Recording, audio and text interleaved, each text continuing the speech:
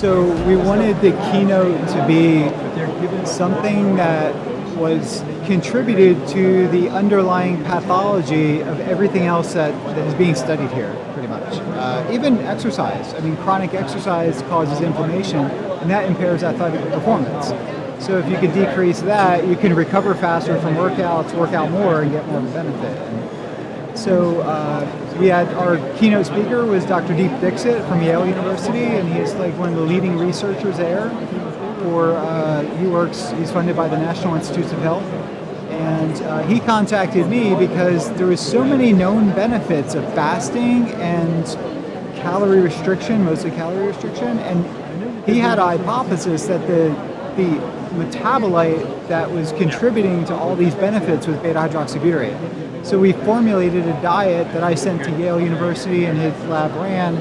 It essentially showed that you don't have to calorie restrict. You can get many of the same benefits simply by elevating beta-hydroxybutyrate to fasting levels in the blood. So that kicked off a whole other area of science that's looking at metabolites as signaling molecules that have drug-like properties.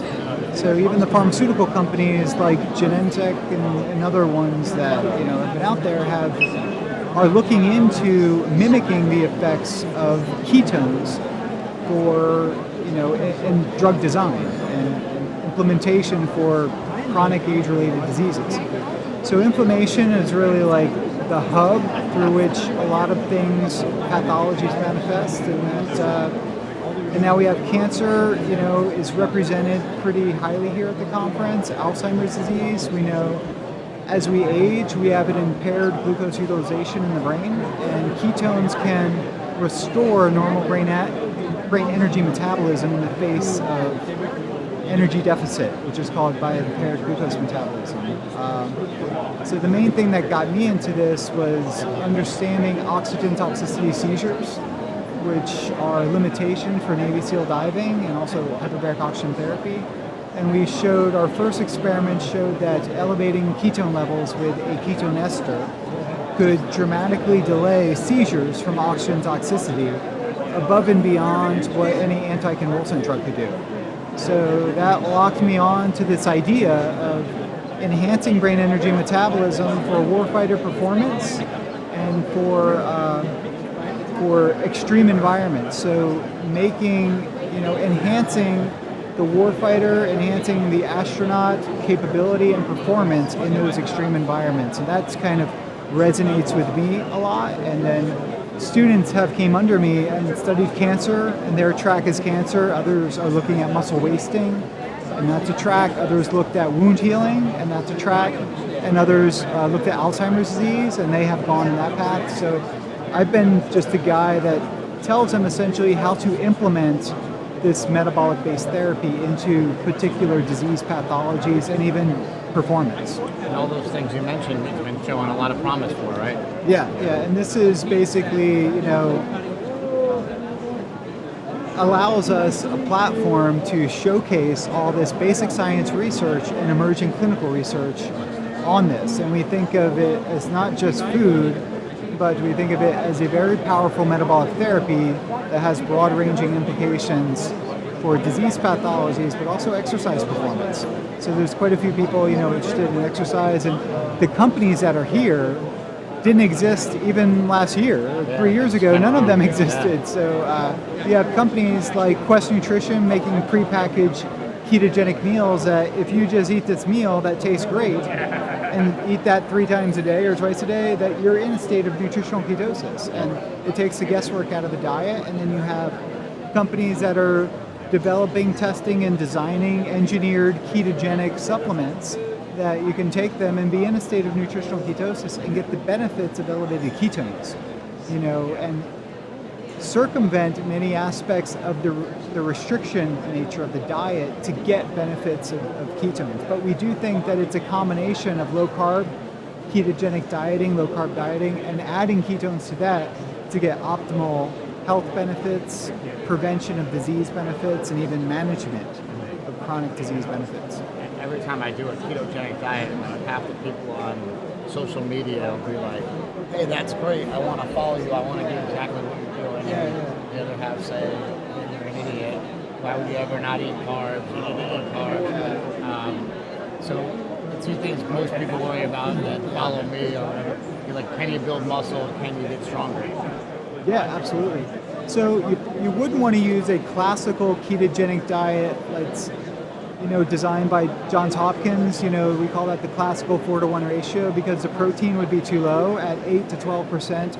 So the modified Atkins diet has been shown, even clinically at Johns Hopkins, to have the same therapeutic effects, similar therapeutic effects to the classical ketogenic diet. And that's very easy for most people to implement.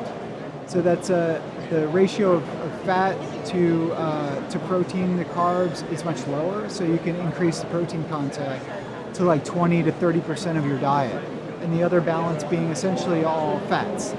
And the types of fats that we incorporate into the diet are also extremely important, and the science is evolving on that, on how to do that. But yeah, it's basically using that diet, titrating in the calories to sustain muscle growth.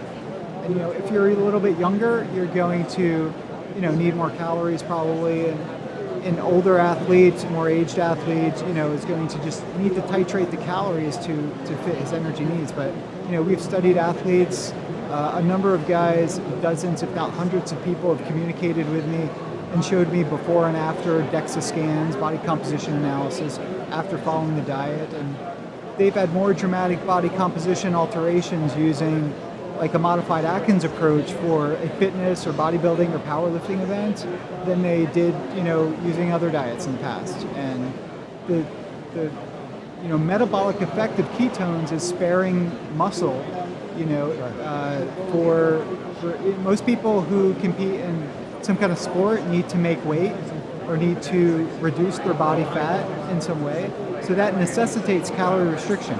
And if we achieve a state of nutritional ketosis, the ketones are kind of like insurance against muscle loss, because otherwise we would be breaking down gluconeogenic amino acids to sustain blood glucose for our brains. But if ketones are elevated, then we don't need to sacrifice muscle tissue to make the glucose to sustain brain function. So if we have a hypoglycemic dip, which makes us hungry, that's abolished if our ketone levels are elevated.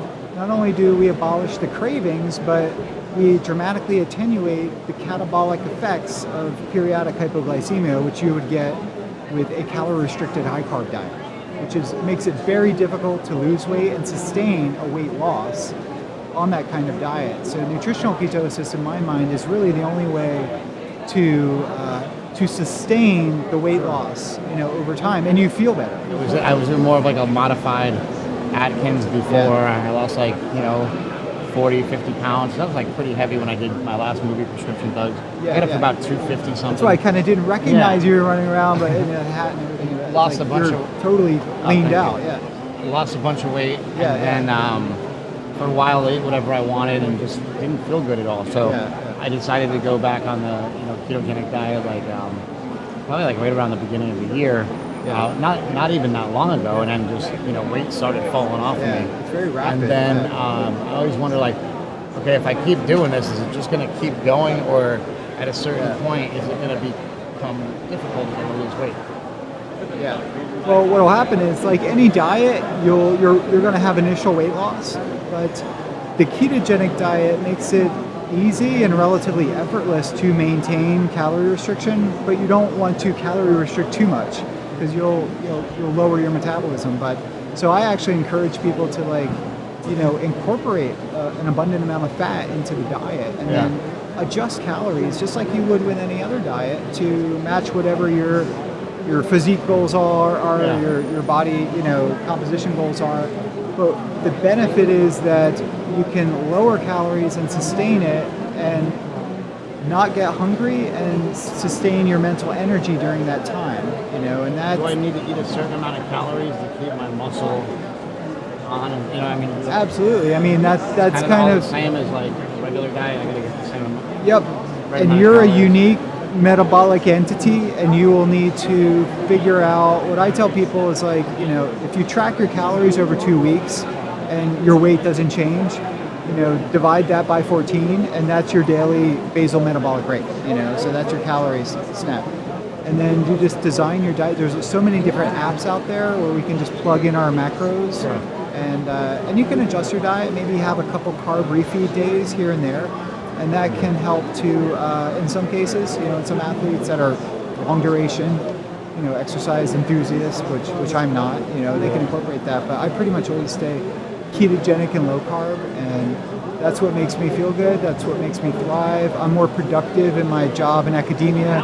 I can think better. I can get more work done, and I feel I have better workouts in the gym when I stay ketogenic. So I think it has, benefits for athletes, but a lot of the people that contact me are like CEOs of big companies, and they just, instead of eating, having 2 or 3 hours. For people that are sedentary too. Yeah, sitting around for a long period of time, usually they eat bad. So at least, even if you have to be sedentary or whatever, you can still eat good and go for a long period of time where you're fasting. I'm so used to the bodybuilding diet where, like, if you don't eat, you're burning muscle and all these other. I used to eat 8 meals a day. I used to force feed myself to always. I was paranoid of getting under 250 pounds. So I'm 225 now, and I feel much better than I did at 250. And I eat 1 or 2 meals a day, and I squeeze a lot of calories because it's dense. It's the ketogenic diet. The energy density is in a much smaller amount of food. And that's actually why the military and NASA is interested in ketogenic diet, because it's much more energy in a certain amount of volume of food, right? Yeah. So you have just a higher energy density. And you can decrease your meal frequency considerably and you don't get hungry. So it has major practical advantages where you can, when you're not hungry, you can sustain cognitive and physical performance. So that has major practical applications for military, NASA, and things like that. So that's actually what drew me to it. Not only the anti-seizure effects, but the warfighter performance effects of it too is like something that's very real and something that we want to capitalize on in many different ways by designing diets and even supplements that could be used. Awesome. I don't want to take too much of your time and let you It's talk great to talking everybody. with you, Chris.